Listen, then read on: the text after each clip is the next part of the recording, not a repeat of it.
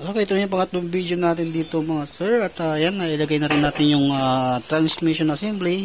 Sigunyal, check din natin yung sigunyal niya. Goods na goods, walang problema. Kaya, buti na lang. At hindi ko mapapamahal. Yung pisa na mga nabili niya siya. Dito na. Black set. Ayan, kaso nadurog na to. Baka may posibilidad na ganito yung nangyari. Sa karton na to may posibilidad yung piston ring na yupi. Kapag once na yupi yan, hindi pwedeng gamitin na yan dahil masisira tayo dyan. Kaya may check natin yan kung may yupi yan. Ito yung black piston, isang valvula at overhauling gasket, isang set din. Genuine parts lahat yan. Check natin yung piston ring nya kung hindi na yupi or na yupi. Pag nayupi ito, matik, bibili ka bago. Dahil hindi pwedeng gamitin ito. Bolang kristal. Okay, goods. Goods naman mga sir. Wala naman siyang bali, baluktot. Kasi kapag once na bengkong yan, yung piston ring na yan, matik po yan na hindi natin pwedeng gamitin yan dahil pagsisimulan lang din ang pagkasira ng block natin yan. At buti naman at walang problema. At assemble na natin to sa wave mga sir. Mapa carb FI, same lang yan. Dito rin kayo maglulubog ng mismong sigunyal sa side na to. Dito hindi po. Kasi kung uunahin nyo to, nilagay nyo dyan, dito kasi mga sir sa part na may magneto, 0-0 po yan. Sasalpak naman siya ng ganyan.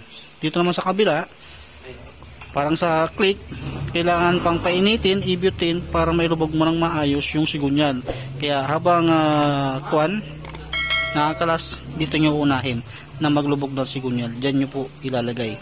At lalagyan nyo ng sealant to, kasi wala naman siyang gasket na papel. Tapos itataob nyo to.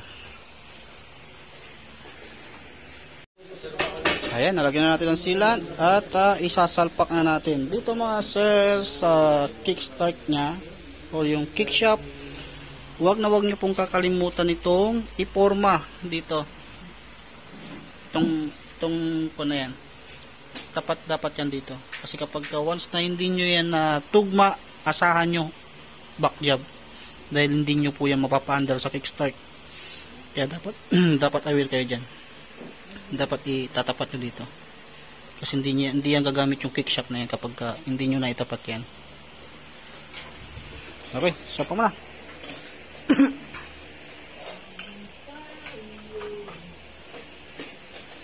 Yan, habang binabalik nyo to, sisilipin nyo pa rin yung tinuro ko kanina na dapat nyo laging titignan na hindi mawawala o hindi madidipon habang nilalagay nyo yung crankcase.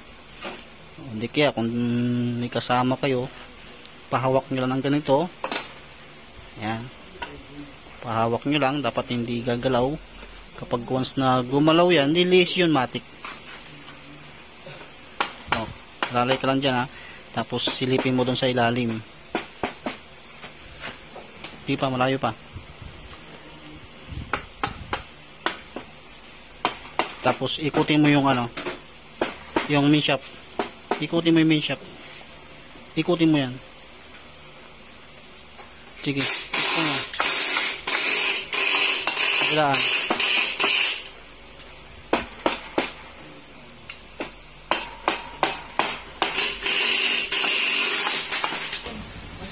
Eto, nailubog na natin. At syempre, ito nga. At itatry nyo yung kickstart itong shop na to. Dapat ikutin nyo. Huwag nyo muna ituturnilyo. Kung sakaling nagkamali kayo, pwede nyo siyang tanggalin ulit. Dapat gagalaw ito Dapat umiikot. Yan, ibig sabihin nasakto, nasintro yung sinasabi kong pinaka-stopper ng gear para umaangat tuwing papadyakan to. Yan, dapat nagpi-play din to. Hindi naman din kayo magkakamali nito. Hindi naman kasi tulad ng ibang motor na kapag once na kinalas nyo, laglagan lahat ng mga washer, doon na kayo malilito. Dito si Wave, mabilis lang. Talagang sasalpak mo lang talaga siya. Okay, tuloy mo na.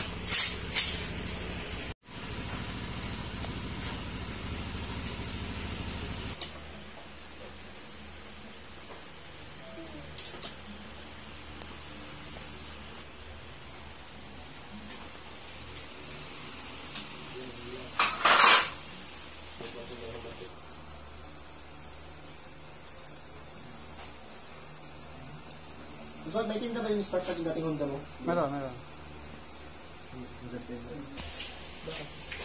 Yung to. 120 yan.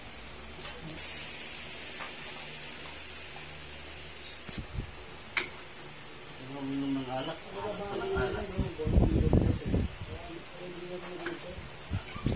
Ako, baka sumabit na sa makina. Ngayon mo na, hindi ko naman mukha yung sasabit eh. Sana ang mukha mo yung sasabit. Oh, pak mo! Hala, hindi mo alam kung saan yung galing. Washer na yan. Ay, hindi yan dyan. Ay, hindi yan dyan yan. Ulitin mo uli. Kalas-kalasin mo na naman uli yan. Mali yan. Ganyan.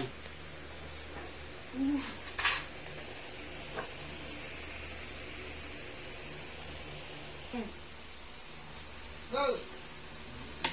Now!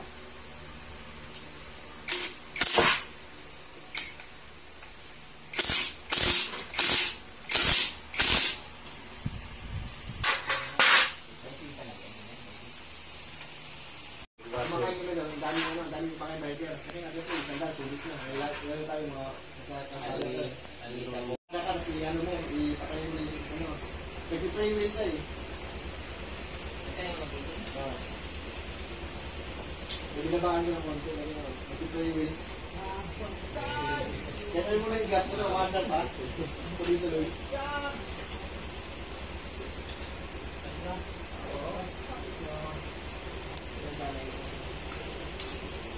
Bago matagay, 19. Limang taon. Kaya nang hugas-hugas. Kaya lang yung sipa ko gano'n. Pauna lang ako masipag na hugas. Kaya wala na. 3.5 yun. 3.6. Ano yun? 4 plus yun. Tinawaran ko lang. 4.3 yan. Okay, yes. Bago na yung block natin saka piston. At sinusunod mo ni Kapulong yung loose compression. Papalitan natin yung intake valve saka valve seal saka i-grinding compound natin. At syempre, pag natapos yan, sasalpakan natin dito sa kanyang chassis.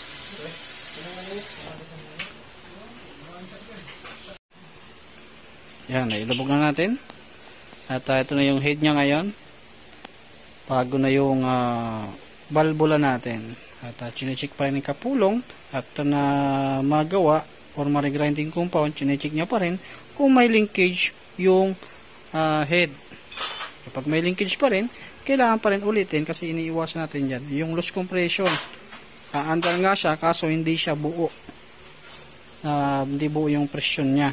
Kaya kailangan pa rin double check yung mabuti. Gawin nyo ngayon, after nyo maipasok o i-double check nyo pa rin. Lalagyan nyo pa rin. Yan na lang yung kulang para may kabit natin doon. At kapag ikabit natin doon, dito naman sa motor. Sa chassis. Okay, tumaso. Simulan natin yung makina at isasalpak na natin dito sa kanyang chassis. Ito yung mga pinagpalitan natin piston. Ayan. Okay, lagyan na natin. Para makauwi na rin to. Kasi kailangan nyo na rin ng service. Okay, yan. Nalagay nyo na. Lagay mo natin mga sira. Dito mga sir, kapag ito naman yung gagawin ninyo mga sir, pastusin, pagka magsasalpak ng makina, madali na lang. Pero pagdating naman sa makina, pagka ina-assemble yung makina, medyo mas mahirap ng konti compare mo sa scooter. Sa scooter kasi pagbiyak mo, sigunyal kaagad lang yun naman. Ito kasi andyan yung mga gear, medyo may kahirapan. Salpak mo natin yung mga sir. Tapos maya paandray natin.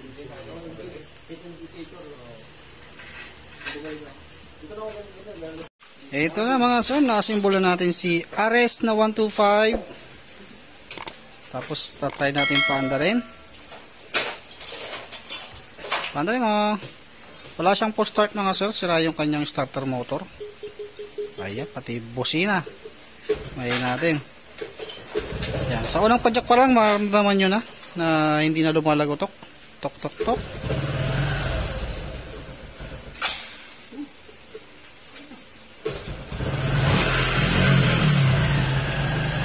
Pati ang ilaw, napakalakas.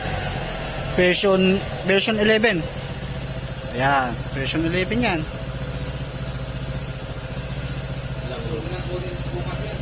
Pwede na to. Pwede lang makuha to. Ayan, tahimik na.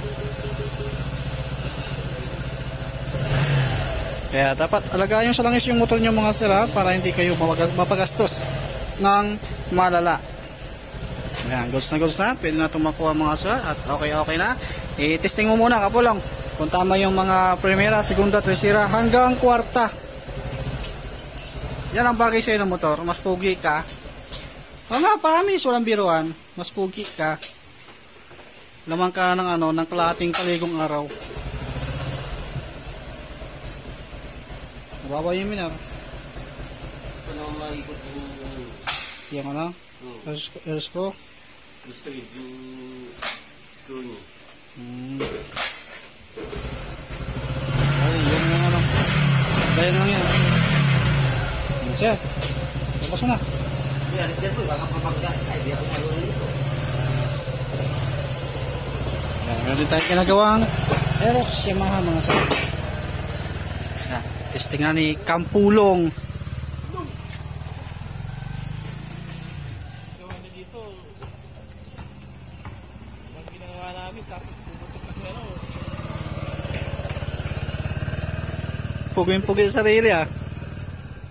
Ayan mga sir, gusto na. Pwede na.